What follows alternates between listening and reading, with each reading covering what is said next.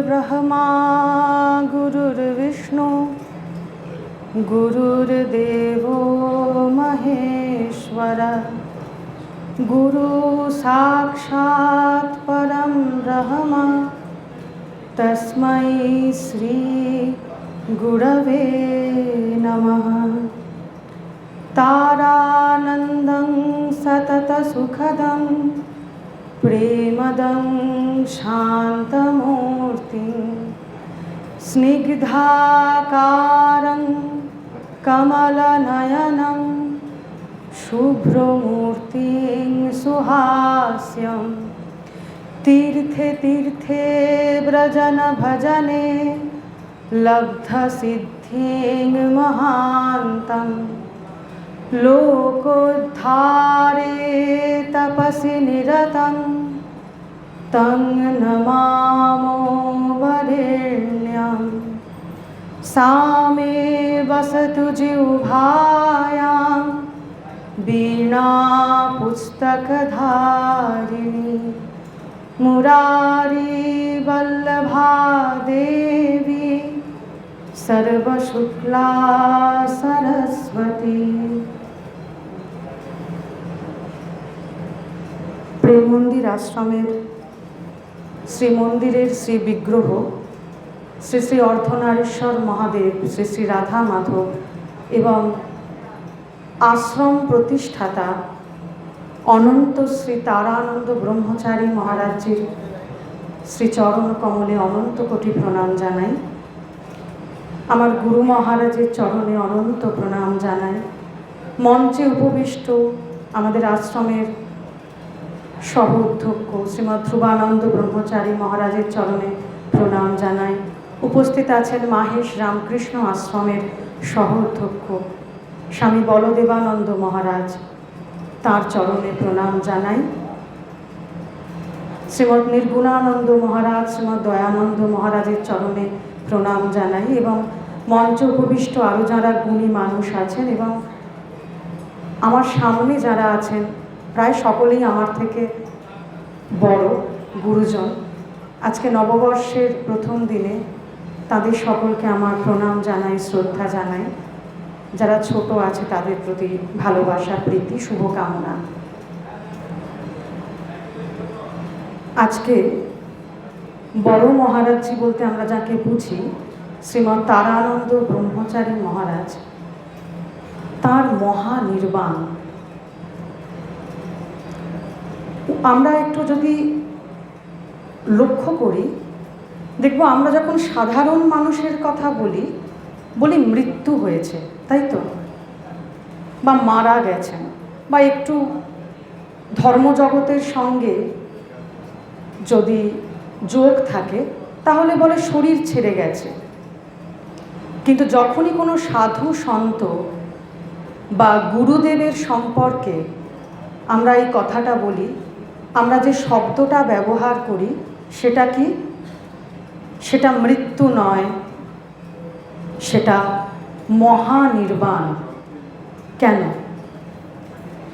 সাধারণ মানুষ যখন মারা যায় শোকের আবহ তৈরি হয়, কান্নাকাটি, চোখ দিয়ে জল পড়া, হা হুতাশ করা, আক্ষেপ, উনি এটা খেতে ভালোবাসতেন, আর একটু থাকলে ভালো হতো, বড্ড আগে চলে গেলেন। অর্থাৎ সাধারণ মানুষের মৃত্যু সবসময় দুঃখের। কিন্তু যখনই কোনো সাধু সন্ত সম্পর্কে আমরা বলি, দেখি সেই মহানির্বাণকে উপলক্ষ করে উৎসব হয়, সাধু ভাণ্ডারা হয়, সাধু সম্মেলন হয়। কেন? কারণ কি? তার কারণ সাধারণ মানুষ যখন মারা যায় সে মারা যায় আবার জন্মাবার জন্য।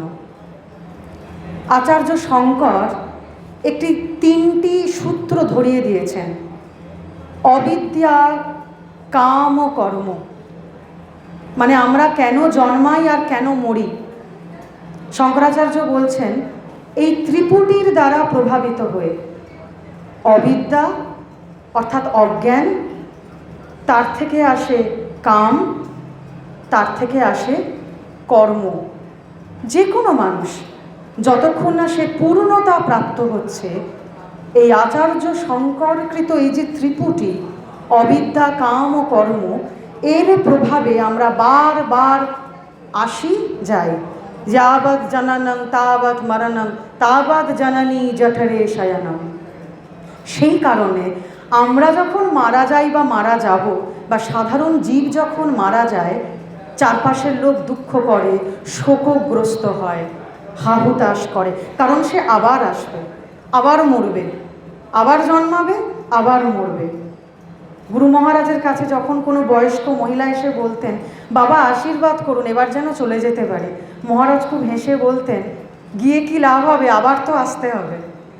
মানে রসিকতা করে জীবনের উদ্দেশ্যটা ধরিয়ে দিলেন, এমন মরা মরো আর যেন আসতে না হয়। সেই জন্য সাধারণ মানুষের মৃত্যু হয়, মহাপুরুষের হয় মহানির্বাণ।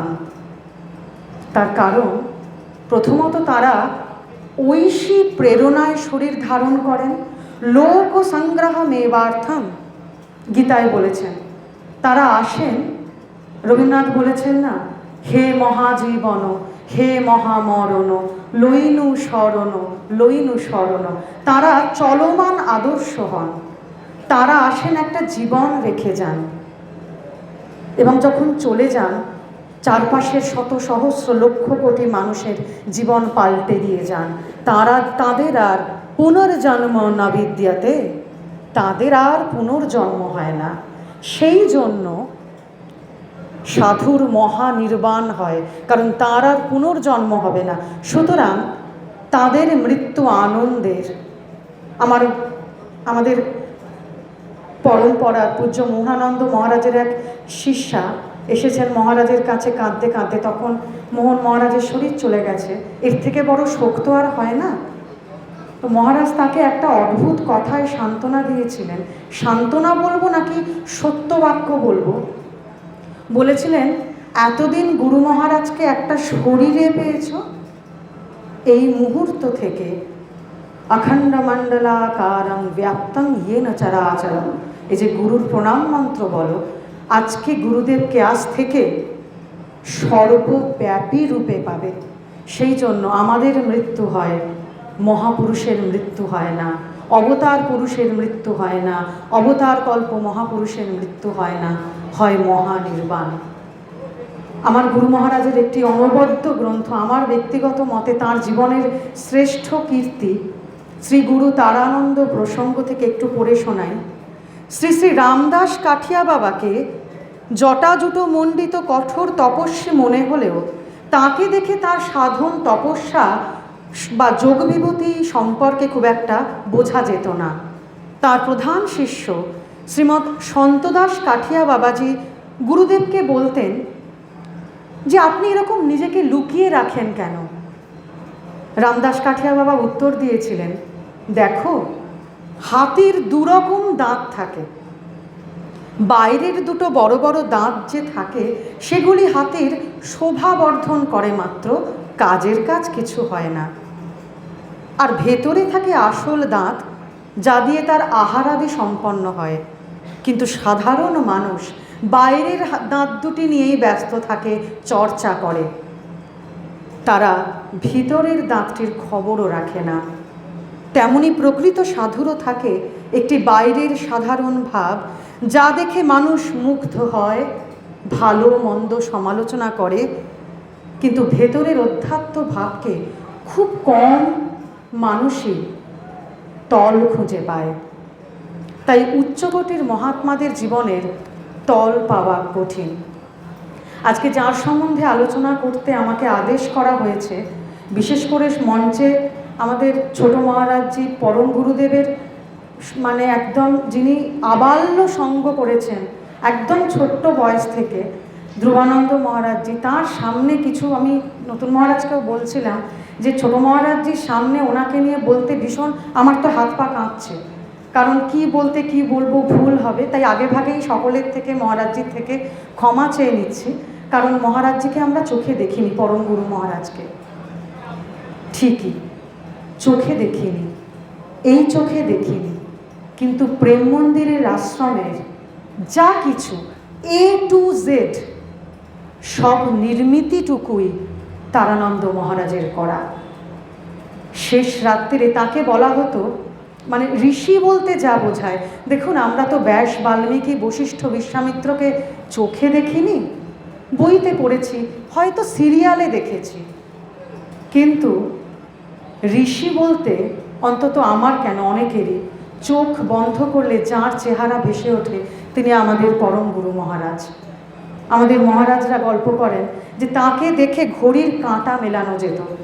শেষ দিন অবধি, যেদিন হয়তো বুকের নাকি সমস্যা হয়েছে, সেই শেষ রাত্রির কেন ব্রাহ্ম মুহূর্তে ওঠা এবং যা কিছু তপস্যা, তিনি আদ্যন্ত, সুমঙ্গলবাবু বলছিলেন, বাবা বলছিলেন যে তপস্যা কি করে করতে হয়, তার মাথার চুল থেকে পায়ের নখ পর্যন্ত শরীরটা তপক্লিষ্ট শরীর ছিল। ফর্সা মানুষ অনেকে হয়, গ্ল্যামার অনেকের থাকে, কিন্তু তপস্যার যে জ্যোতি, যারা তাকে দেখেছেন তারা জানেন। যখন শেষ রাত্রিরে অন্ধকার থাকতে গঙ্গা স্নান করে উঠতেন ঘাট বেয়ে, যারা কিনা প্রত্যক্ষ করেছেন প্রাচীনকালের মানুষ বলতেন একটা মনে হতো জ্যোতির অবয়ব গঙ্গা থেকে উঠে আসছেন। এই জ্যোতি তো ফর্সা গায়ের রং দিয়ে হয় না, এই আধ্যাত্মিক জ্যোতি। আমার গুরু মহারাজ খুব সুন্দর বলতেন, এটা ফ্ল্যাশ অফ লাইট নয়, আত্মা এব জ্যোতিহি। যিনি আত্মজ্ঞানে আরূঢ় হয়েছেন, গীতার ভাষায় যাকে কিনা বলা যায় স্থিতপ্রজ্ঞ, এই বইতে গুরু মহারাজ বারবার বলেছেন যে স্থিতপ্রজ্ঞের যা লক্ষণ, আপনারা সবাই জানেন, আপনারা প্রেম মন্দির আশ্রমে যুক্ত, গীতার স্থিতপ্রজ্ঞ লক্ষণ আপনাদের মুখস্থ। অর্জুন প্রশ্ন করেছেন, স্থিতপ্রজ্ঞস্য কা ভাষা? ভগবান উত্তর দিচ্ছেন, দুঃখেষু অনুদ্বিগ্ন মনা, সুখেষু বিগত স্পৃহ। পরে বলবেন, তুল্যীয় নিন্দা স্তুতির মৌনী। কখনো বলেছেন যোগারূঢ়, কখনো বলেছেন স্থিতপ্রজ্ঞ, কখনো বলেছেন ভক্ত, কখনো বলেছেন জ্ঞানী, কখনো বলেছেন ধ্যানী। এই সব লক্ষণ যদি কারুর মধ্যে বাংময় হয়ে ওঠে, তিনি আমাদের পরম গুরুদেব তারানন্দ ব্রহ্মচারী মহারাজ। আজকে প্রেম মন্দির আশ্রমে আপনারা যা রুটিন দেখেন, আমরা, বাবা যেটা বলছিলেন, আমরা ছোট মহারাজ, গুরু মহারাজ ছাড়া খুব কম মানুষই তাকে চোখে দেখেছি, কিন্তু প্রেম মন্দির আশ্রমকে যদি দেখেন তাহলেই তারানন্দ মহারাজকে দেখা হয়ে যায়। আদ্যন্ত তারানন্দজি ময় এই আশ্রম। কখন মঙ্গলা আরতি হবে, মঙ্গলা আরতির পর বেদপাঠ, বেদপাঠে কতটুকু ঈশোপনিষদ থেকে থাকবে, কতটুকু অন্য উপনিষদের পাঠ অন্তর্ভুক্ত হবে, কি করে বৈশ্বানর হোম, যেটি আমাদের ধ্রুবানন্দ মহারাজ অদ্যাবধি সনিষ্ঠভাবে করে চলেছেন, এবং বৈকালিক পাঠ কোন বারে কি স্তব হবে, একাদশী বা আমাদের অবশ্য রবিবার রামনাম কীর্তন হয়, বৃহস্পতিবার ভক্তিগীতি হয়, এবং আপনারা দেখবেন আরতির পর সমস্বরে মহারাজরা যে পুষ্পাঞ্জলি মন্ত্র পাঠ করেন, সেটা কিন্তু কোনো একটা অংশ নয়, বিভিন্ন শাস্ত্র থেকে এক্সট্র্যাক্ট করা, উদ্ধৃত করা।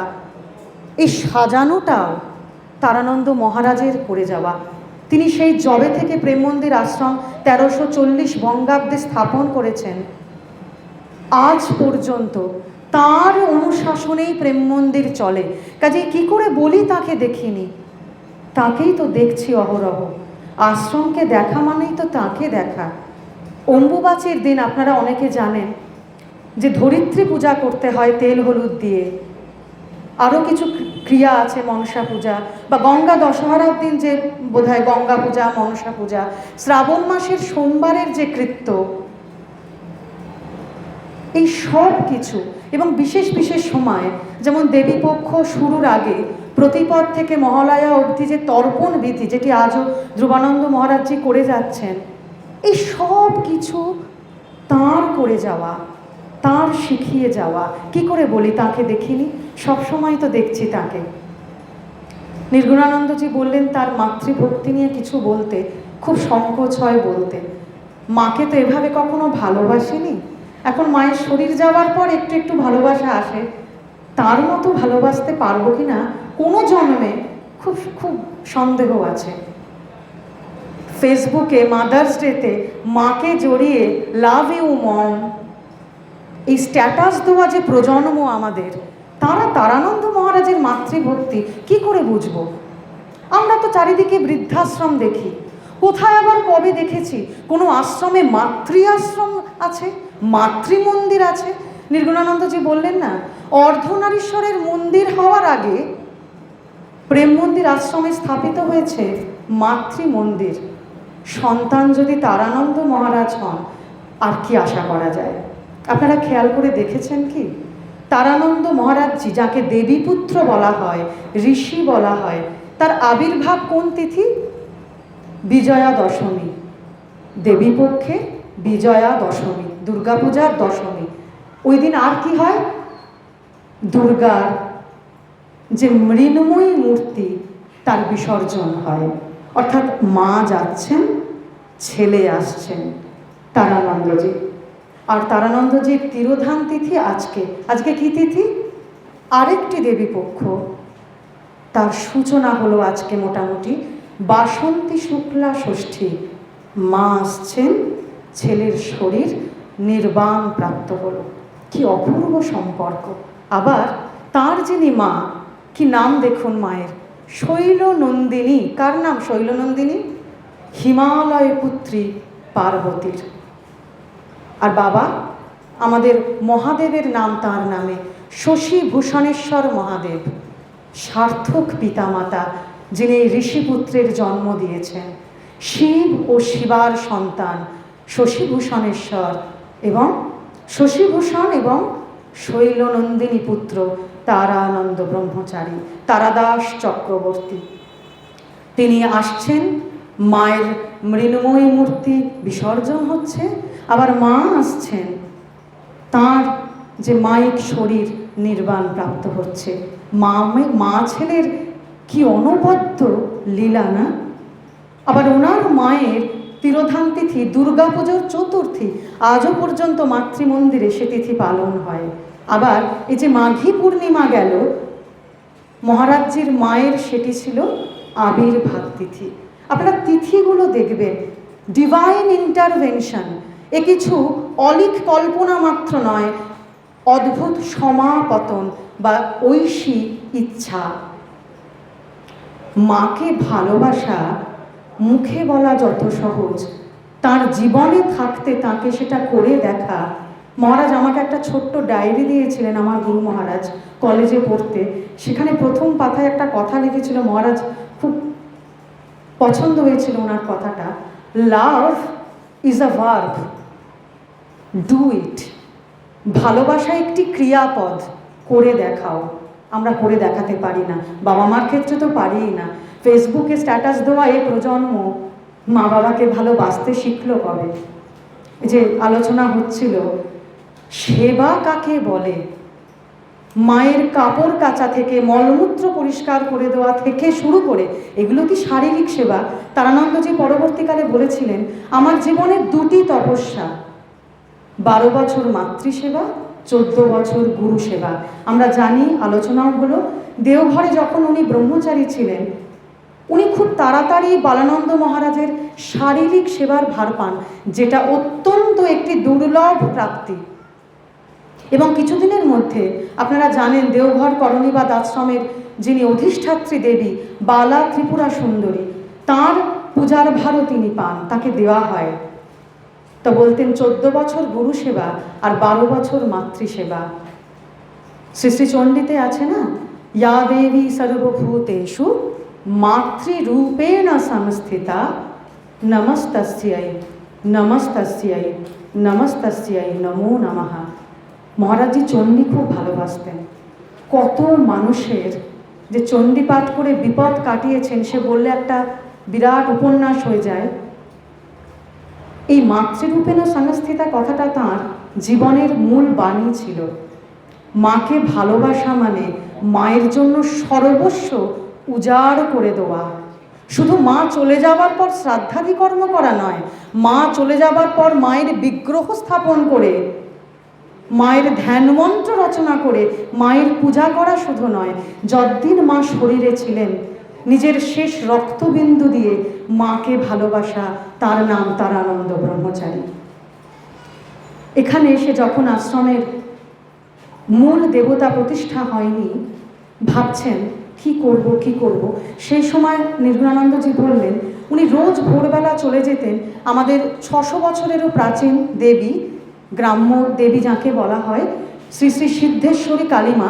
গতকাল যার প্রতিষ্ঠা বার্ষিকী তিথি গেল, আমরা অনেকেই মন্দিরে দর্শন করলাম মাকে। প্রত্যেক দিন গিয়ে তাঁর পূজা করে দিনচর্যা শুরু করতেন। মা ছাড়া তো থাকতে পারতেন না।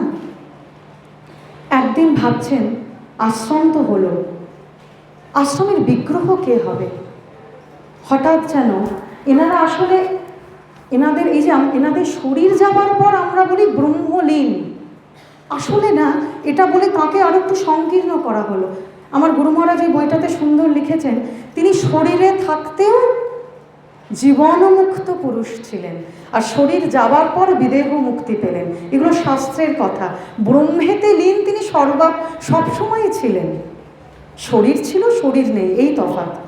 তো সেই ব্রহ্মেতে লীন থাকাকালীন ধ্যানাবস্থায় সিদ্ধেশ্বরী মায়ের আদেশ পান, তোর এই শরীরের জনক জননীকে প্রতিষ্ঠা কর।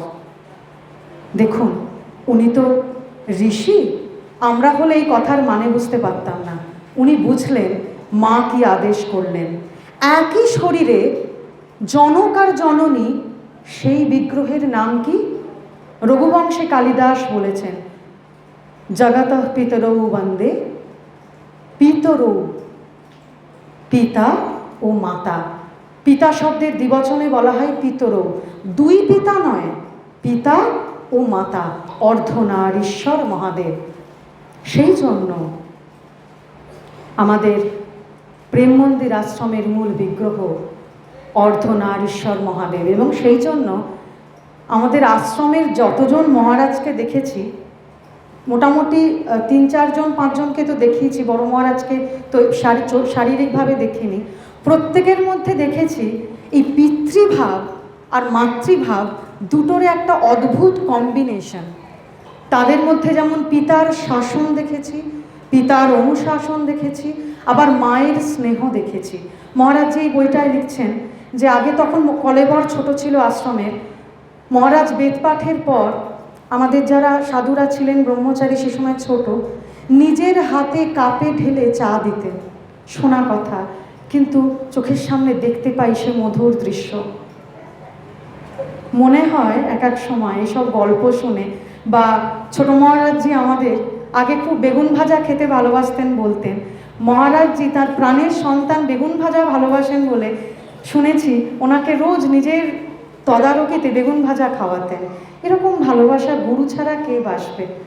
মনে হয় এক এক সময় এইসব শুনে, হে পার্থ সারথী কৃষ্ণ, তোমার নারায়ণী সেনা চাই না, শুধু তোমার সান্নিধ্যটুকু কুরুক্ষেত্রের যুদ্ধে দাও। তোমার ঐশ্বর্য ভাব চাই না, তোমার মাধুর্য রূপ চাই।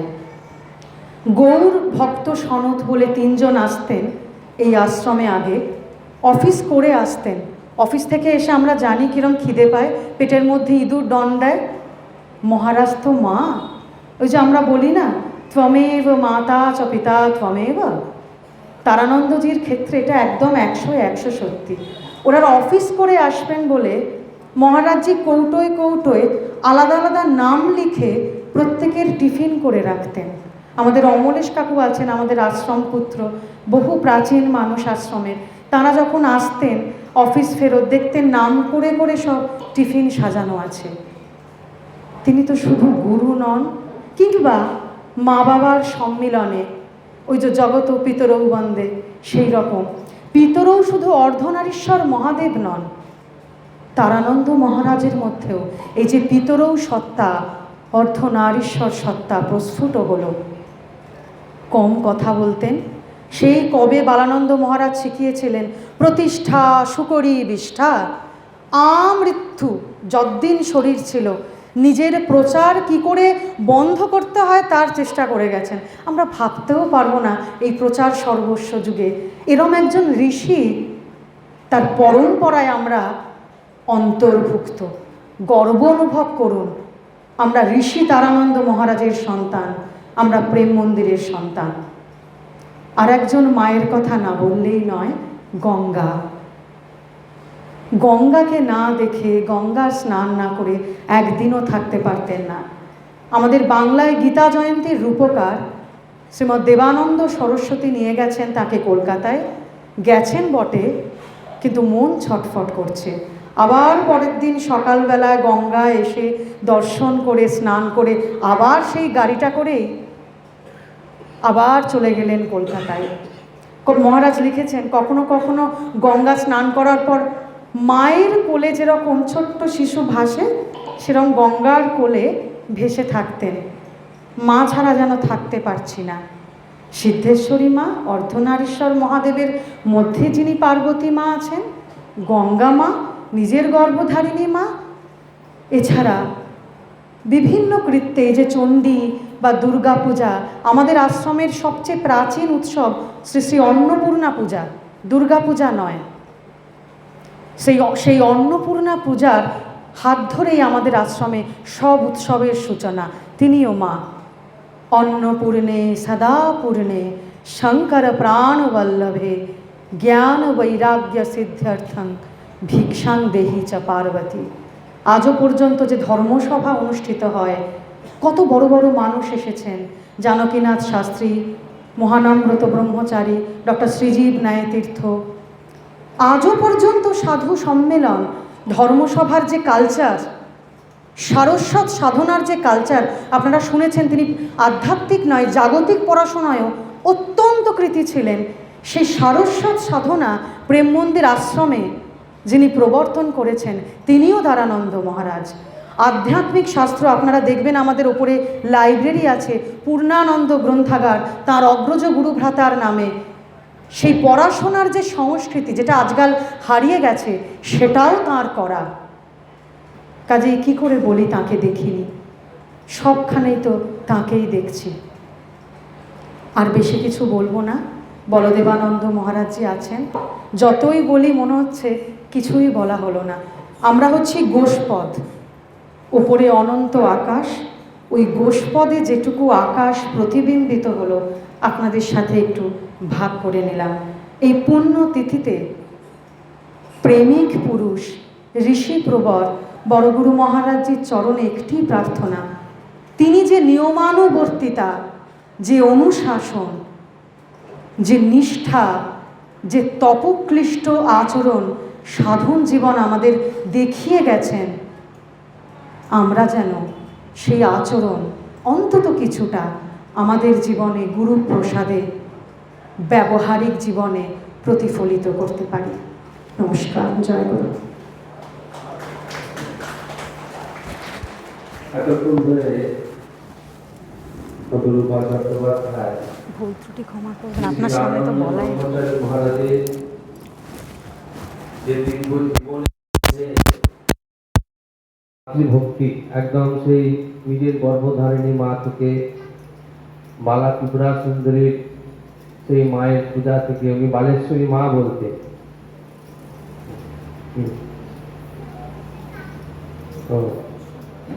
হ্যাঁ, সেই মায়ের যে ধ্যান মন্ত্র আমাদের মাতৃমন্দিরেতে একটা মহারাজ নিজেই, যাতে যেই পুজো করুক না কেন সেটা পাঠ করে পুজো করে, মায়ের ধ্যান মন্ত্র সৃষ্টির প্রবাহ রক্ষার্থম অবতীর্ণাং পরাৎপরম ভক্তি মুক্তি প্রদান নিত্যাম সংসারাতিহরাৎম সর্বক্লেশ হরং সহন দেবী তনয়া শুভহারিণী চিন্তয়ামি মহাশক্তি মাতৃরূপাং মহেশ্বরী। এইটা আমাদের মন্দিরেতে, মাতৃমন্দিরে একটা ছবিতে এটা ধ্যানটা লিখে মহারাজই রেখে দিয়ে গেছেন। আমরা সেই ধ্যানটা দেখে দেখে মুখস্থ করে মন্দিরে পূজা করি।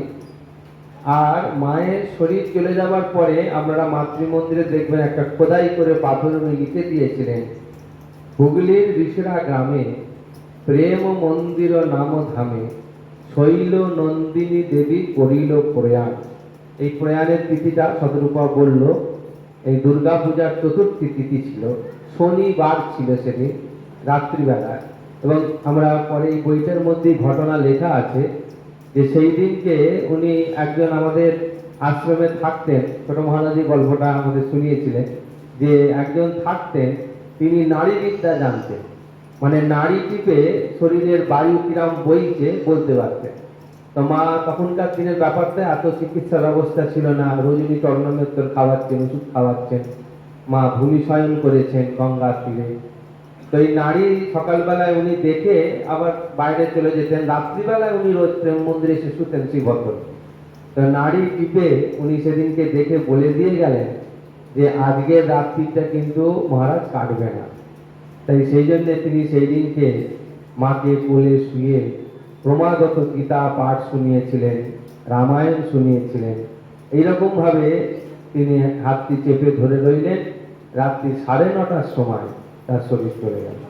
তো এইরকম ভাবে তার শরীর যাওয়ার পরে তিনি একটা পাথরে খোদাই করে আমাদের মন্দিরে লেখা আছে, হুগলির ঋষরা গ্রামে প্রেম মন্দির নাম ধামে শৈল নন্দিনী দেবী করিল প্রয়াণ। হৃদে ধরি স্মৃতি মার, হৃদে ধরি স্মৃতি তার, দীনহীন পুত্র মার, তারানন্দ দিবানিশি করিছে ধ্যান। এখানে আমাদের এই মন্দিরের পেছনে পাথরে লেখা আছে। তো আজকে আমরা সেই পূজ্য তারানন্দ মহারাজজি আমরা একটু প্রাসঙ্গিক মনে করেছি আজকের দিনটাতে, কারণ ধর্ম কথা বা তাত্ত্বিক কথা বা আলোচনার কথা আমরা শুনতেই থাকি, বলতেই থাকি, কিন্তু যাকে কেন্দ্র করে আজকের দিনটা আমরা স্মরণ করছি তিনি কে ছিলেন বর্তমান প্রজন্মে আমরাই তো জানি না। আমরা তো বলছি আমার 8 বছর বয়স তখন মহারাজের শরীর চলে গেছে। এরকম অনেক এখানে বসে আছেন যারা তার নাম শুনেছে, মূর্তি দেখেছে, ছবি দেখেছে। তাই আজকে এই আলোচনা সভা আমরা আজকের দিনটা তাকে উদ্দেশ্য করে তারই আশ্রমে গঙ্গা জলে গঙ্গা পুজো করলাম। এখন পরম পূজ্য আজকে সভাপতি মাহেশ্রী রামকৃষ্ণ আশ্রমের সহ অধ্যক্ষ শ্রীমৎ বলদেবানন্দজি মহারাজ, তিনি আজকে এই সভাপতির ভাষণ দিলেন।